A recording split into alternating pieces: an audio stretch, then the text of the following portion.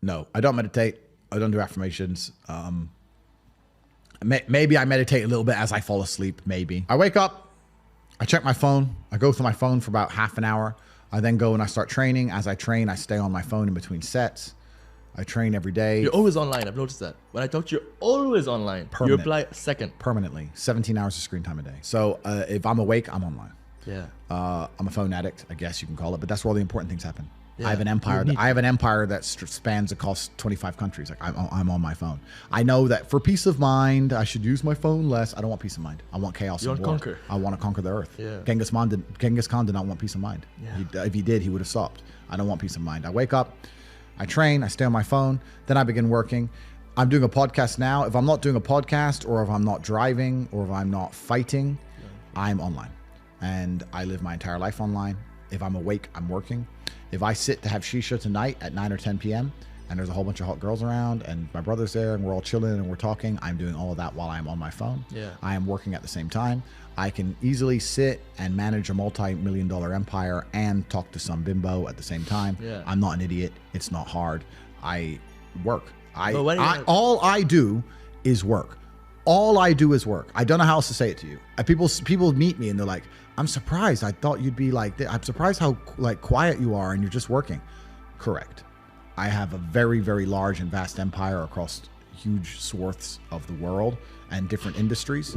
And anything I've ever wanted, if I want a beautiful female or a Bugatti, another one, or $100 million or whatever, I'm going to get it via my phone. Yeah. So I work. That's who I am. It's what I do. In fact, a video just released on YouTube, and it was from here in Dubai. And it's 12 minutes long, and it was behind the scenes of Tate. And it's a camera guy. Yeah. Dubai, Tate in Dubai. Yeah, and there's one of the comments on there is, "Wow, Andrew's always on his phone." If I'm awake, I work. From the second I'm awake, first thing I do is check my phone. And the last thing I do before I close my eyes, I'm on my phone. I am working. Yeah. That's all I do. And you run on very low sleep hours, yeah? I probably sleep 4 to 5 hours a night. I don't necessarily recommend that. I know some people need more. It's actually interesting. I sleep 4 to 5 hours a night, maybe average, for a week and a half, 2 weeks, and then I'll get to a point where I just need to sleep for 15 hours. Wow. And I'll sleep a bunch, and then I'm back. You catch up, yeah. And then I'll go to bed at 3. Reset. I'm back up at 8, go to bed at 4, up at 8, and then, but after a few weeks, I'm like, okay, I need a day where I sleep. And I put my phone in airplane mode so that people, when they're messaging me, they know I'm not getting it. Because if they're coming through and I'm not replying, people panic. Yeah. That's how much I'm on my phone. Jesus. I'm on my phone so much that if messages are being delivered and I don't reply within 10 minutes, people start panicking. Is he okay? Have they got him? Have they got him yet? Because there's people trying to get me. So I have to put airplane mode, which doesn't really fix it, because I guess if they do get me, it might be the day my phone gets busted. I don't know, but it's kind of a thing I do for the people who care about me. But yeah, I work. That's why no one's ever going to beat me.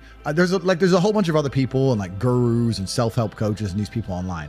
None of them have been through the things I've been through. Most of them are still kids. You don't know shit about life till you're 30. You just don't. You haven't lived enough. Yeah. You can be smart, but you can't be wise. Yeah.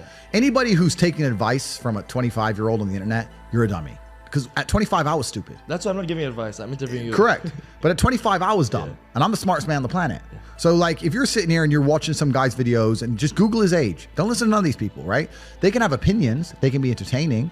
They can interview others. Yeah. They can give their insights. But also keep in mind, they are still young, right? As a man, it takes a long time. You have to go through a bunch of crap to learn things. Pain. Exactly. So nobody can outwork me. Nobody can outcompete me. Nobody has a network like mine.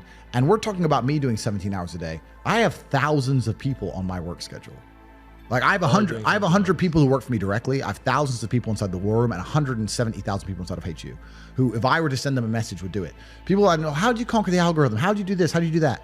The number of hours of work which is done per day in the name of Tate is immeasurable. It's incalculable. It's 5,000 people. Well, let's do the math. 5,000 very competent men doing 17-hour days in the name of Tate. No one's ever going to beat me. The internet is mine. I own it. If you go on TikTok for 10 seconds, it's me. It's Tate Talk. True. It's the same with Instagram Reels. It's all mine. There's no competition. Nobody, doesn't matter how big your ad spend is, doesn't matter what marketing agency you go to, you will always lose to me for eternity. Until the day they finally put a bullet in my head, I own the world. And I will continue to own the world. All of it is mine.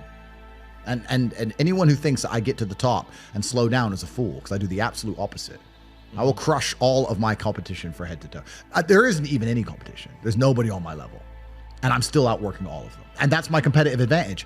I don't want to do that. The enjoyment for you is the work, not the... Completely. Other people are like, oh, I'm here now, so I can now go on holiday. I don't want to stop working. I don't want a holiday. I don't want to relax. Is this relaxing? I'm going to try and relax for the first time in my life. We'll do this here live in the podcast. Ready? Yeah. Ready?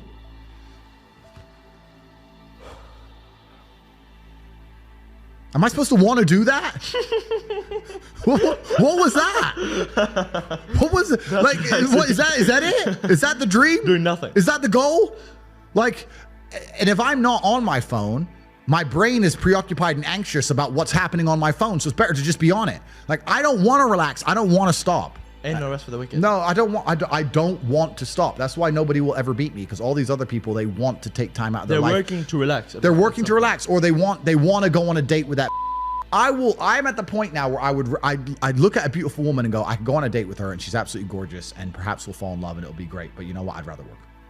I don't want to be off my phone. Yeah. I don't want to date girls. I just want to conquer the earth. I don't care about anything else. So that's why I'm always going to win. I curate my reality very, very carefully. Like, I don't even really read my own YouTube comments.